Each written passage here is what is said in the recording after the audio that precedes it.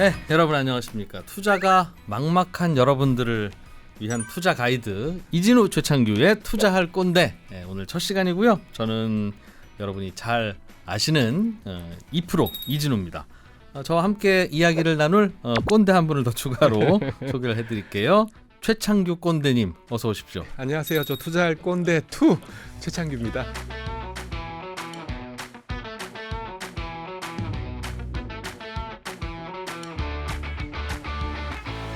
투자할 꼰대라고 네. 이름을 붙여놨길래 네. 우리 PD님이 네. 아니 뭐 이런 제목을 붙였냐라고 했더니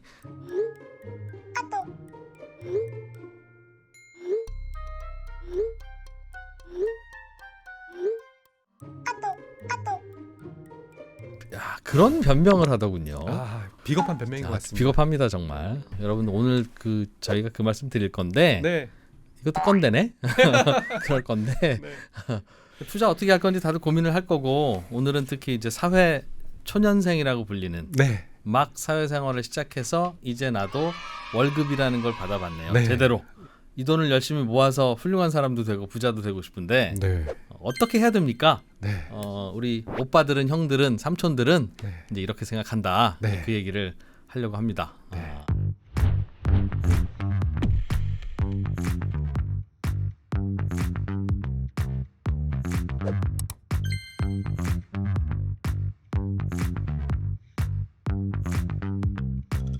사회초년생이 가장 먼저 준비해야 하는 건 뭘까요? 사회초년생이라 투자 자본금이 너무 적어요. 절대로 이런 투자는 하지 마라 하는 게 있을까요? 국내 주식과 해외 월급에서 주식 둘 투자 중에 비용을 자산 얼마나 해야 중에 사회초년생이 소액으로 투자해서 현명하게 자산 시장원이를 모으는 모으는 방법이 궁금해요.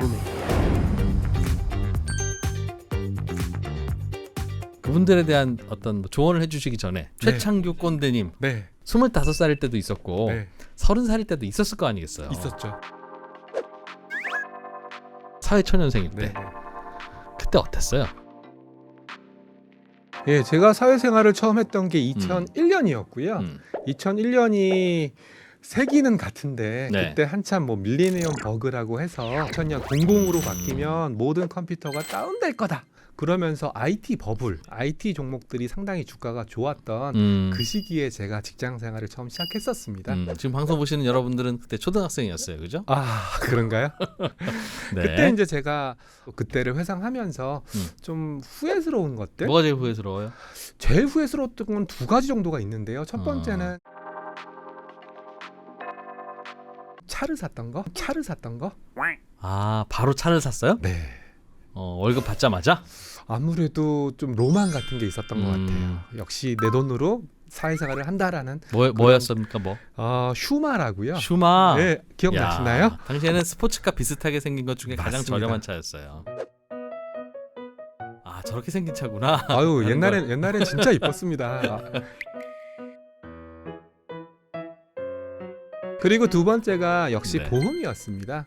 그때 당시에 제가 금융 상품에 대한 지식도 그렇게 해박하지 않았었고 야, 보험 하나 드는 게 기본 불문율이야. 네. 뭐 이런 얘기들을 했던 게 생각이 나더라고요. 아마 지금 사회 초년생도 크게 다르지 않다라고 생각을 하고 있고요. 보험 뭐 한두 개씩 가입하고 네, 차 살까 자기 뭐. 로망을 이제 하나씩 실현하는 네, 그런 때인데 그러지 말자 그거 후회된다 그런 뜻입니까? 그렇습니다. 보험이 불필요한 건 아닌데 어떤 보험이 필요할지에 대해서 내가 대충 알겠다 싶은 건 지금부터 한 10년 후일 테니까 그렇죠. 보험은 나중에 가입해도 된다. 네. 그때 소비에 대한 기본기, 지출에 대한 기본기, 그리고 저축에 대한 기본기가 그때 만들어진 거거든요. 그래서 기본기를 쌓는데 좀 충실했으면 좋겠다라는 생각을 좀 하면서 코비 브라이언트의 일화가 생각이 나더라고요. 코비 브라이언트가 누구예요? 네, NBA에서 유명한 농구 선수? 네, 농구 선수였고요. 자기 관리가 엄청났던 선수더라고요. 666 연습법이라는 게 있대요. 일주일에 2시간 달리기, 2시간 농구 연습, 2시간 웨이트. 합치면 6시간이지 않습니까? 네. 이거를 주 6일. 매일매일? 네. 그럼 우리가 농구할 수는 없는데 그럼 네. 뭘 어떻게 하죠? 그러면 결국은 이제 투자라는 게 저는 농구랑 뭐 진비 없다라고 생각하거든요. 투자의 기본적인 달리기는 경제 신문이라든지 통해서 얼마든지 쌓을 수 있다라고 생각을 하고 있고요. 하루에 2시간은 경제신문 같은 거 읽고? 그렇죠. 그리고 근력을 키우는 것은 나중에 내가 이제 투자를 직접 하게 됐을 때 접할 수 있는 수많은 상황들에 대해서 이겨낼 수 있는 힘을 기르는 거라고 생각을 하고 있고요. 그리고 마지막 2시간의 농구 연습은 사회 초년생들은 투자도 많이 경험해라. 이것저것 많이 투자해보는 소액으로. 2시간 정도는 공부하고 네. 2시간은 실제로 투자해보라고요? 네, 맞습니다. 무슨 돈으로 투자를 합니까? 사회초년생 시드머니가 있어야 투자를 할 텐데. 네.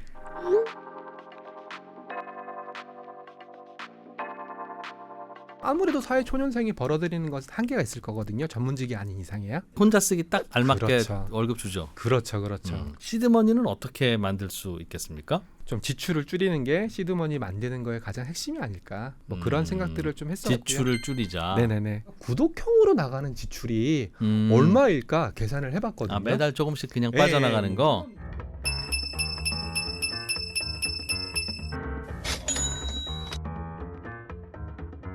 이런 구독형 지출이 차지하는 비중이 높은데 사회초년생일 경우에는 그런 구독형 지출도 최대한 절제하는 게 맞지 않을까라는 생각에서 아까는 경제신문 열심히 읽으라고 했는데 물론 그것도 한 달에 15,000원 내야 되잖아요. 물론 경제신문이라든지 또는 저는 뭐 책 보는 거 좋아하니까 책도 구독형으로 많이 나오거든요. 이런 것들은 사회초년생에서는 줄이지 말아야 될 구독형 지출이고 이렇게 얘기하면 좀 꼰대 같나요? 그러니까 소액으로 조금씩 빠져나가는 거. 네네네. 그거 다 합치면 큰 돈 되니까. 그렇죠. 그런 거 아끼는 게 아끼는 거다. 네, 맞습니다. 그리고 또 이제 지출을 줄이면서 저는 기본기를 강조했지 않습니까? 모으는 것도 기본기가 필요하다. 모으는 것도 우리가 코인?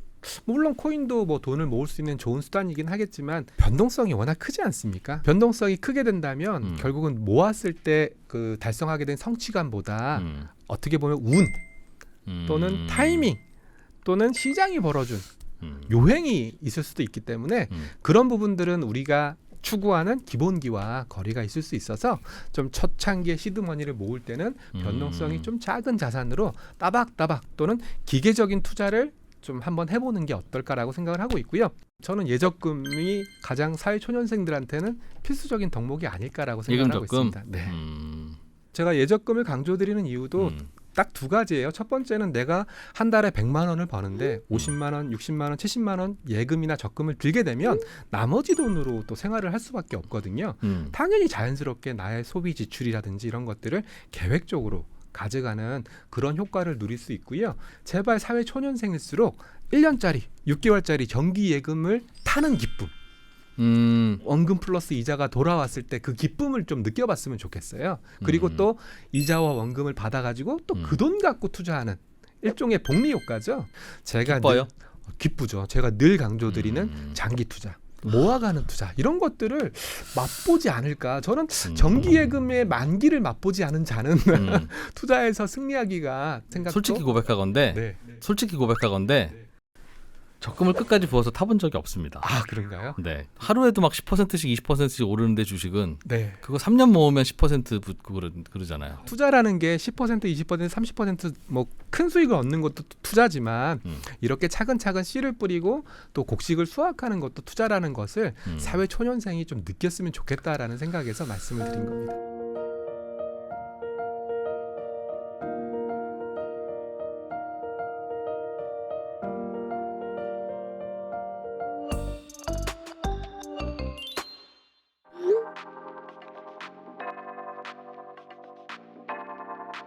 저 어머니가 저 증여해 준 거 2천만 원 있습니다. 오우. 뭐 그런 분도 있잖아요. 네, 있을 수 있습니다. 그리고 어찌어찌 하다 보니 돈이 좀 모여서 이거는 좀 굴려야 되겠습니다. 네. 그럴 때는 뭐 좀 방법 없습니까? 하기는 해야 될 것 같기는 한데. 가장 강력하게 추천하는 것은 다양성입니다.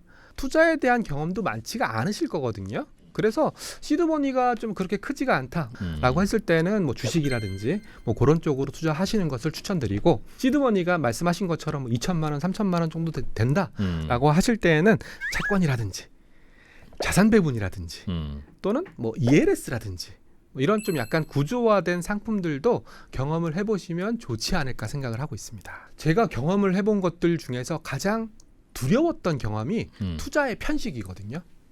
주식만 하거나 맞습니다. 코인만 하거나 맞습니다. 사회 초년생일수록 투자의 편식에 빠지시면 안 됩니다.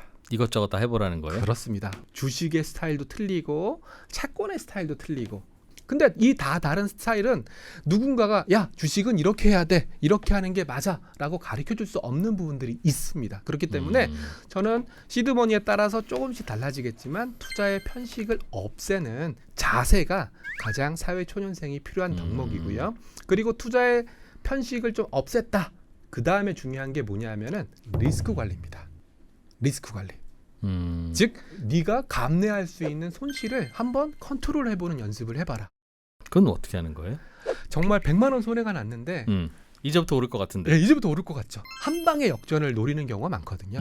그런 걸 하지 말라라는 겁니다. 처음에 투자할 때 나 이 네. 정도 손실 보면 나는 끊을 거야. 끊을 거야. 이게 굉장히 어려운 일이거든요. 그래서 우리가 진짜 끊는 게 어렵다는 거죠. 어차피 우리의 시드머니는 커질 거거든요. 시드머니가 커지게 된다는 말은 손실도 그만큼 커질 수 있다라는 얘기고 이 손실을 줄이는 연습을 하지 않으면 나중에 더 큰 손실이 발생할 수 있기 때문에 사회 초년생일수록 그런 리스크 관리 또는 자기만의 투자 철학, 자기만의 법칙, 자기만의 루틴이 필요하다라고 강조를 하는 겁니다.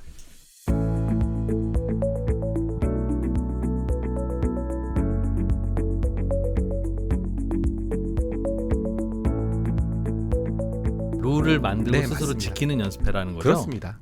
그리고 오히려 모의 투자라든지 이런 네. 것들은 저는 좀 약간 부정적으로 보는 입장인데 진짜 내 돈을 투자해 보지 않으면 오히려 그 투자 철학이라든지 투자 원칙을 지키기가 더 어렵다. 함부로 투자하는 습관 생긴다는 거죠. 그렇죠. 그래서 제가 제일 싫어하는 것은 이름 보고 투자한다든지 또는 뭐 이 회사가 뭐 굉장히 뉴스에 많이 나와서 샀어 이런 것들은 투자 철학에 또는 투자 원칙에 좀 약간 맞지 않는 거니까 그런 걸 오히려 조심해야 된다. 자, 그렇다면 뭐에 투자해야 됩니까? 그런 원칙들을 다 지킨다면 네.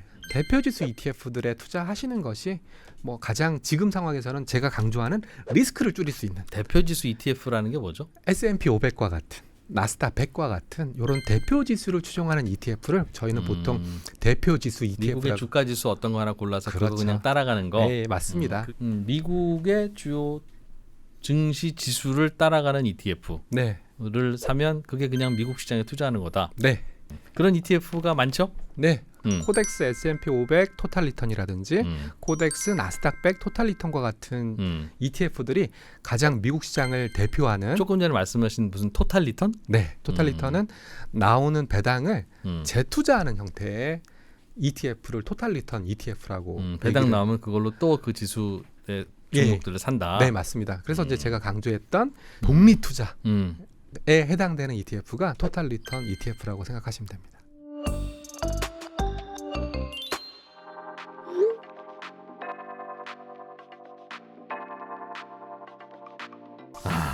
답답하네요.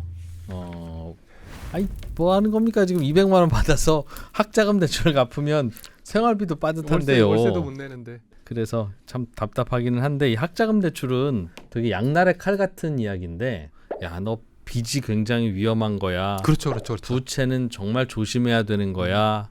제일 먼저 갚아라. 이건 제일 먼저 갚아야 돼. 근데 실제로는 그 사회초년생이 물려받은 돈도 없고 시드머니도 이렇게 없으면 그 자산을 일굴 방법이 부채를 일으키지 않으면 없습니다. 네. 어디에 투자하지? 라고 하는 재테크 공부보다는 어떻게 하면 대출을 받을 수 있지? 어떻게 하면 이 대출을 좀 더 안전하게 내가 유지할 수 있지? 그런 공부를 하는 게 훨씬 결과적으로는 좋을 것 같다. 그래서 저도 100만 원은 너무 많이 갚으시는 것 같아요. 예. 그래서 아마 한 50만 원 정도는 뭐 상환을 하시고 네. 그리고 나머지 돈으로 시드머니를 만든다든지 뭐 그런 시도를 해보시는 게 어떨까?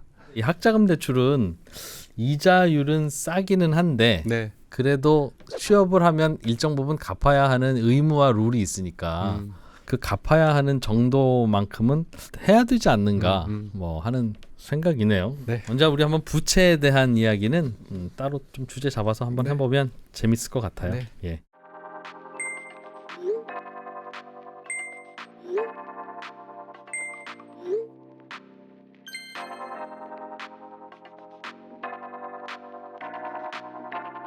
사회초년생들을 위한 재테크 주의할 점 꼰대의 조언을 네.